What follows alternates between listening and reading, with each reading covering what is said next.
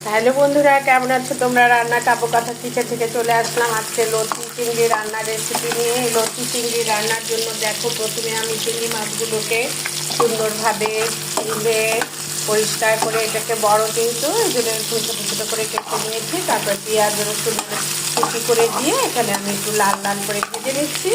এখন দেখো, আমি এখানে যেহেতু লতিতে একটু ঝাল দিলে ভালো, 1 চামচ মরিচের গুঁড়ো দিলাম। তারপরে দেখো দিলাম লবণ, তারপরে দিলাম হলুদের গুঁড়ো। এখন এটাকে একটু নাড়াচাড়া করব। আর বন্ধুরা, লতি তো তারা এনেই বেছে রান্না করা খুব কঠিন, এই জন্য আমি আগে থেকে লতিগুলোকে বেছে নিয়ে ধুয়ে সিদ্ধ করে রেখেছিলাম। এখন দেখো, আমি লতিগুলোকে এখানে দিয়ে দেবো। তোমরা যদি আগে থেকে একটু সিদ্ধ করে রাখো তবে রান্নার খুব সুবিধে হয়।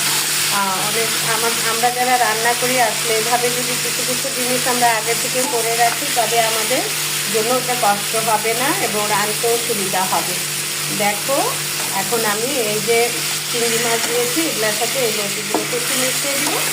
আর যেহেতু লতিটা সিদ্ধ করাই আছে, এটা জাস্ট একটু মাখো মাখো হয়ে আসলে এটাকে নামিয়ে নেব। লতি চিংড়ি রাঁধতে শুধুমাত্র একটু পেঁয়াজ কুচি, রসুন কুচি, লবণ, হলুদ এবং মরিচের গুঁড়ো দিয়ে ঠিক এমনিভাবে তোমরা রান্না করবে।